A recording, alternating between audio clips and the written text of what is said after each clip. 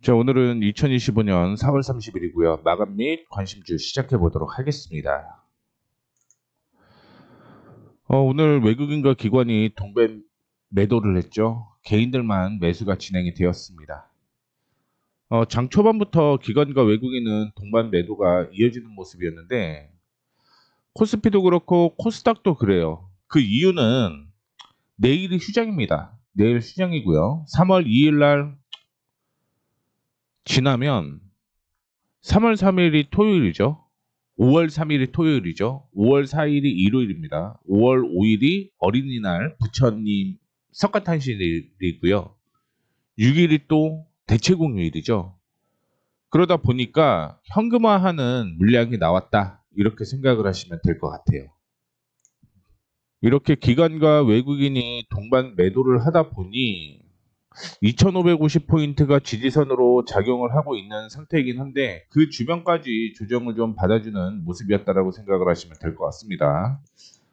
중요한 건 오늘은 중요하지 않아요. 중요한 건 내일 모레입니다. 휴장을 하고 2540포인트를 지킬 것인가가 굉장히 좀 중요하다고 보고 있는데 만약 여기를 지킨다라고 한다면 다음 주 수요일부터는 반등이 나올 가능성이 높다. 이렇게 생각을 하시면 될 것 같고요. 코스닥을 확인해 보도록 하겠습니다. 자, 코스닥을 확인해 보시게 되면 코스닥은 715포인트까지 조정받아도 상관이 없다라고 얘기를 해드렸죠. 원래는 725포인트였어요.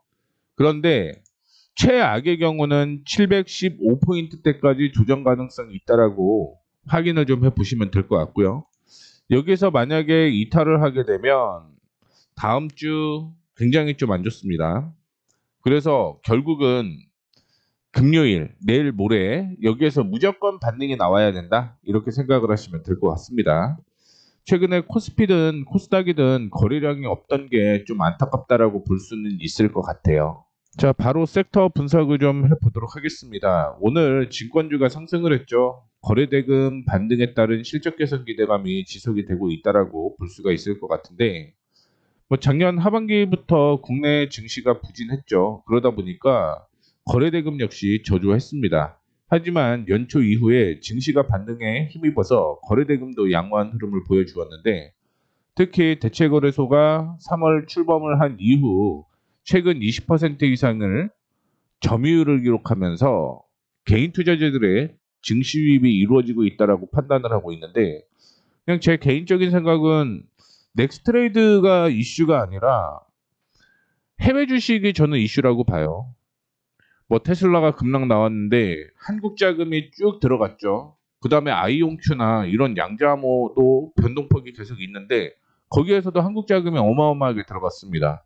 그래서 제 개인적으로는 밑에 키움증권에서 얘기하는 것처럼 해외 주식 수수료 수익이 전년 동기 대비 크게 증가를 했다. 이렇게 나오고 있죠. 제가 아무리 생각해도 국내 주식의 거래 대금이 많이 늘어났다라는 것보다는 해외 주식 수수료가 많이 늘어났다. 요거를 참조를 해주시면 좋을 것 같습니다. 그 다음에 정치인맥 관련주가 최근에 혼동하는 모습이었죠. 급등락이 반복이 되고 있다. 이렇게 생각을 하시면 될 것 같은데 내일입니다. 공직선거법 위반 상고심 판결 소식에 주가들이 급등락이 좀 있는 상황인데 5월 1일 3시에 이재명 대선 후보의 공직선거법 위반 혐의 상고심 판결이 선고될 예정입니다. 1심은 고 김문기 전 성남도시개발공사 개발 1차장 관련 발언 중에서 이 전 대표가 그와 골프를 치지 않았다 이렇게 얘기를 하게 되면서 유죄를 인정을 해 징역 1년, 집행유예 2년을 선고했는데 2심은 무죄로 판단을 뒤집었죠. 근데 대법관 7명 이상의 상고를 기각을 하게 되면 이 후보는 무죄가 확정이 되고요. 대선에 참여를 할 수가 있죠. 그런데 만약에 유죄 판결을 하고 형량까지 확정이 되게 되면 대선 못 나오죠. 다만 이런 경우는 극히 드물다. 이런 얘기가 나타났습니다. 그러다 보니 관련된 종목들이 상승을 하는 모습이었고요. 중국 소비 관련주도 역시 오늘 이슈가 좀 되는 모습이었습니다. 중국의 한한령 해제가 되고 5월 연휴 특수감이 기대가 되고 있다라고 얘기를 하고 있는데 중국 내에서 K-팝 콘서트를 허가를 했습니다. 근데 이게 K-팝 콘서트에서 허가를 받아야 되는데 중요한 건 뭐냐면 이 보이그룹이 전부 다 한국 사람이에요. 예전에는 중국 사람이 포함이 되어 있으면 뭐 일부 허용을 했는데 지금은 한국인으로만 구성되어 있는 보이그룹인데도 불구하고 콘서트를 허가를 했다라는 게 긍정적이다라고 보시면 될 것 같고요. 또한 3분기 중국 단체 관광객에 대해서 무비자 입국을 한시적으로 허용하기로 한 것도 역시 기대감이 있다라고 생각을 하시면 될 것 같습니다. 또한 한중일 3국이 5월 초 황금 연휴에 돌입할 예정인데 5월 1일 근로자, 5월 5일 어린이날, 5월 6일 석가탄신일 대체공휴일이 겹치게 되었고요. 중국은 노동절이 있죠. 5월 1일부터 5일까지 놀고요. 일본의 골든위크 거의 어제부터 놀기 시작을 하는 거죠. 그러다 보니까 롯데관광개발의 그랜드 하얏트 제주, 서울, 제주 신라호텔 지금 예약률이 90%를 넘어섰다라고 얘기를 하고 있습니다. 그에 따른 관련된 종목들이 상승을 하는 모습이었고요. 건설주도 상승을 하고 있는데 얘기가 나오는 게 실적 부진이 터널을 지날 것이다라는 얘기가 나오고 있습니다. 현대건설에 대한 얘기가 나왔는데 현대건설은 작년에 빅베스했어요. 손실을 다 털어버리게 되면서 작년이 큰 폭의 손실이었었기 때문에 1분기 실적은 기저효과일 가능성이 있다. 이렇게 생각을 하시면 될 것 같고요. HDC 현대산업개발도 역시 전년 동기 대비 29% 늘어났다라고 얘기를 하고 있고요. 조기 대선에 대한 기대감도 확대가 되고 있습니다. 지난해 치러진 총선에서 100만 가구 기본주택 공약을 제시한 이재명 후보가 민주당 대선 경선에서 승리하게 되면서 향후 정비 사업이 되살아날 것이다라는 기대감이 작용을 하고 있다라고 보시면 될 것 같고요. 그 외에 대우건설도 1분기 영업이익이 시장 기대치를 크게 상회를 했습니다. 2분기에도 역시 기대가 되고 있다라고 얘기를 하고 있죠. 자, 그 다음에 지역화폐에 대한 이슈는 아까 전에 말씀을 좀 해드렸고요. 하나 더 확인을 좀 해보게 되면 뭔 이슈가 있냐면 STO 이슈가 있었어요. STO. 그래서 K옥션이나 서울옥션이 급등이 나왔거든요. 급등이 나왔는데 특별한 이슈는 없었어요. 제가 뉴스를 체크를 해봤는데 특별한 이슈는 없었다라는 걸 참고를 해주시면 좋을 것 같습니다. 자, 그리고 종목별로 확인을 좀 해보도록 하겠습니다. 오늘 시장이 삼성전자 실적을 발표를 했죠. 예상보다 긍정적인 실적임에도 불구하고 삼성전자죠. 보합으로 마감을 할 것으로 예상이 되고 있고요. SK하이닉스, DB하이텍이 약세가 이어지고 있는 모습입니다. 오늘 삼성전기는 리포트가 어마어마하게 많이 나왔는데 사실 악재가 있지는 않았습니다. 그럼에도 불구하고 약세가 이어지는 모습이었고 카카오는 약세인 반면에 네이버는 상승으로 마감을 할 것으로 예상이 되고 있죠. 자, 철강, 비철, 혼조세가 이어지고 있는 모습에 풍산 상승을 하고 있고요.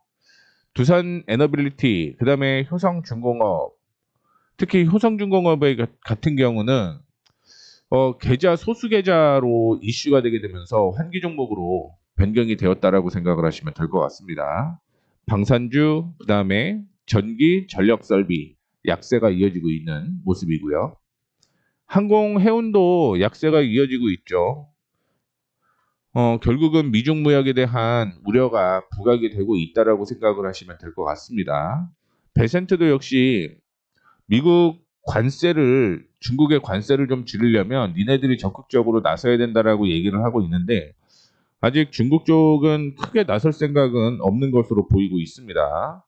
여기도 배짱 부리는 거죠. 어차피 우리가 히토류 중단을 하면 니네 첨단 산업에 관련된 제품 못 만들 거야. 이게 또 있는 거죠. 국채도 많이 들고 있다라는 것도 배짱을 튕길 수 있는 하나의 요인이다라고 생각을 해볼 수가 있을 것 같고요. 미국 쪽에서는 관세, 자동차 관세를 좀 줄이려고 노력을 하고 있습니다. 그럼에도 불구하고 오늘 약세가 이어지고 있는 모습이고요. 조선도 오늘 뭐 DB 현대중공업이나 하나오션이 혼조세로 마감을 하는 모습인데, 어제 트럼프 주니어 해군성 장관이 갔죠? 뭐 견학이 아니라 어떻게 이루어지고 있는지를 확인을 좀 해봤는데, 뭐 거기에서도 긍정적이다라고 보고는 있는데, 오늘 시장 전반적으로 약세가 이어졌기 때문에 하락이 이어지고 있다라고 보시면 될 것 같습니다. LG에너지솔루션은 세액공제법을 제외하면 적자였죠. 그러면 지금 에코프로도 적자고요. LG에너지솔루션도 적자고요. SK온도 적자입니다. 그러니까 지금 2차전지가 힘을 못 쓰고 있다라고 생각을 하시면 될 것 같고요. 태양광도 오늘은 차익 실현 물량이 지속적으로 나온 것으로 확인이 되고 있습니다. 해킹 이슈가 있는 SK텔레콤이 오늘 1%대 상승을 하는 모습이었고요. 시장이 뭐 약세다 보니까 통신 쪽으로 매수가 들어왔다라고 저는 보고 있습니다.